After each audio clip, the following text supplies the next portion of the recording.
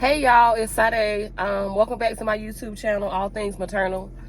First and foremost, thank you guys so much for 100 subscribers.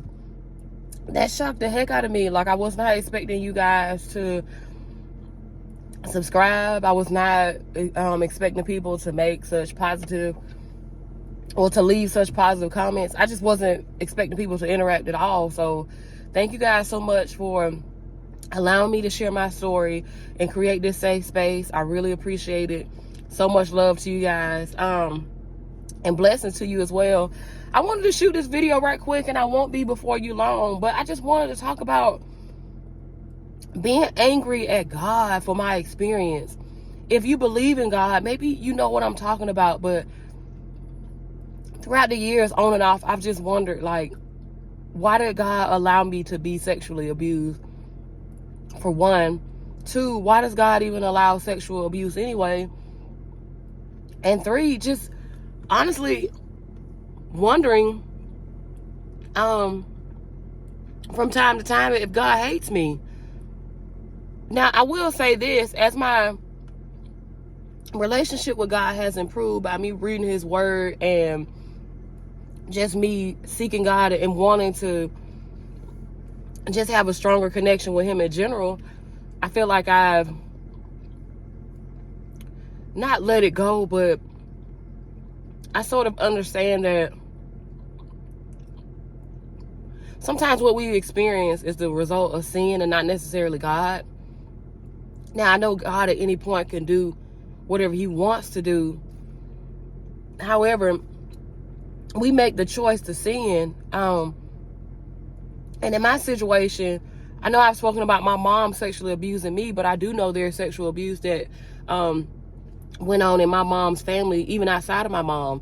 For one, my mom wasn't the only person in my family to touch me. I had a male cousin, an older male cousin, touch me as well.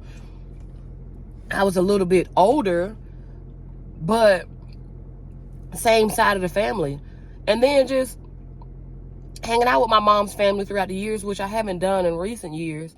But hanging out with them growing up, it was just a lot of inappropriate things that were said when I would visit, because my mom was from Florida. I'm a Georgia girl, born and raised in Atlanta, even though me and my family, we moved to Athens, Georgia about 2 months ago.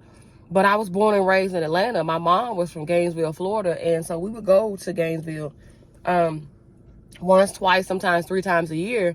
But my mom was sort of, I wouldn't call it a black sheep of her family, but she was sort of independent and she was always kind of off on her own. So she would drop me off in Gainesville, Florida, and her and my stepfather, who was from St. Petersburg, Florida, would keep on. And so they would travel down there, which was about 3 hours away from Gainesville. Gainesville was a 6-hour drive from Atlanta, and St. Pete was about an 8-hour drive. So like I said, they would drop me off, maybe like eat, say hey to my aunts and stuff like that, and then they get the hell out of Dodge. So I spent, summers in Gainesville, or even spring break in Gainesville, without my mom. So I was able to interact with her family in that sense and hear some of the stuff. Like, I remember something I'll never forget. I was riding in the car with my cousin, and her daughter was, I guess, I'm being belligerent in the backseat. She probably was like 4 or 5 at the time, and I was probably closer to 14, 15. I'm a little bit older than her. And I know she was rowdy, and she wouldn't really sit down in her seat, and she was just all over the place. My cousin, she turns around and she's like, B-word, stop before I beat you in the P-U-S-S-Y. I will never forget that. And I remember that from time to time, and it just reminds me of the generational healing that needs to take place in my mom's family. This is my cousin, so this is my mom's sister's daughter. All these people, my mom, her sisters and stuff, they were raised in the same home, raised by the same parents. And so the dialogue on that side of the family was disgusting, in my opinion. To threaten to beat your daughter in the vagina because she won't sit down, instead of pulling over to the side of the road. If it's my son, hey, I'm pulling over to the side of the road. I'm saying, hey, sit your behind down.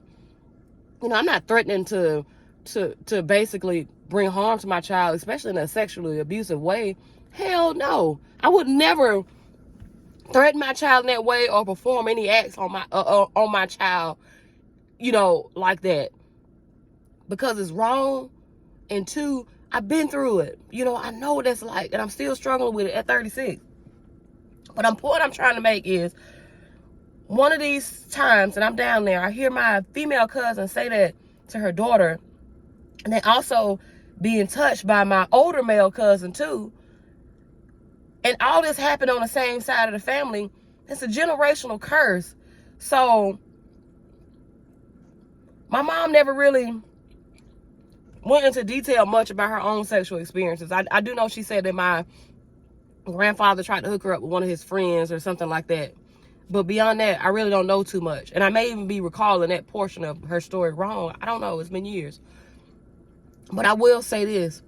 Based on my experiences with my mom's side of the family, the things that happened to me physically, the things I heard, and even the things that are unheard, because I almost feel like this. If my older male cousin touched me, he had a younger sister too.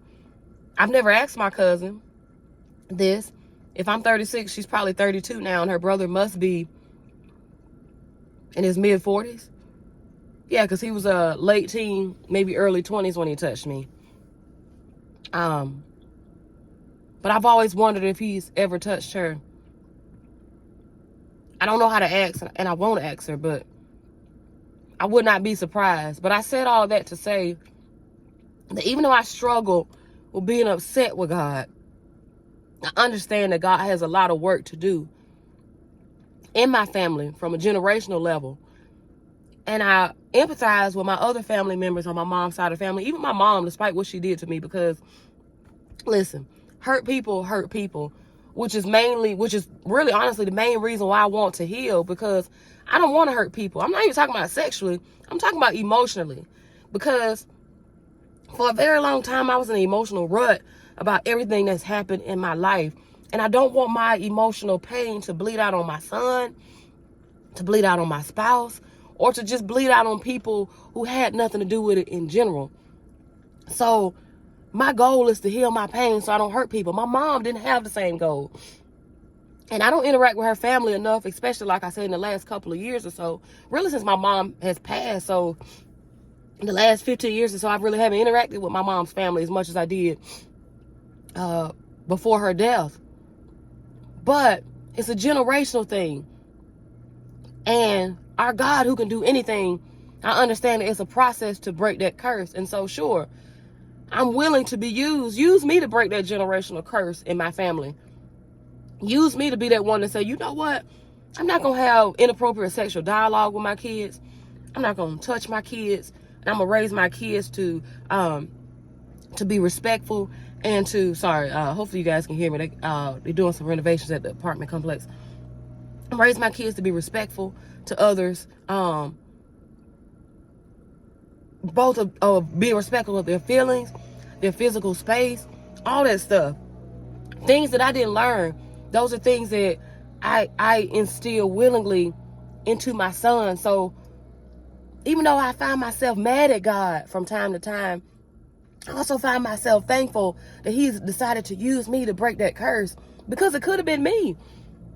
I could have easily been out here speaking inappropriately to my son, or doing bad things to my son in general, or being rude to people, being mean to people in general. But he decided to use me to say, Sade, hey, what you experienced was wrong. So yeah, I got some help. And yeah, I came to YouTube and I'm venting to you guys.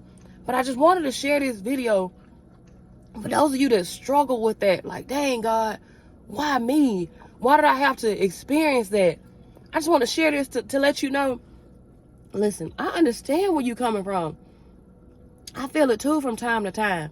But I'm also thankful that God is using me to break off this generational curse in my family. Listen, thank you guys so much for watching this video. Like I said in the beginning, I appreciate those of you who have subscribed, who have commented, who have even shared your stories too. God bless you. I love you, and I'll talk to you soon.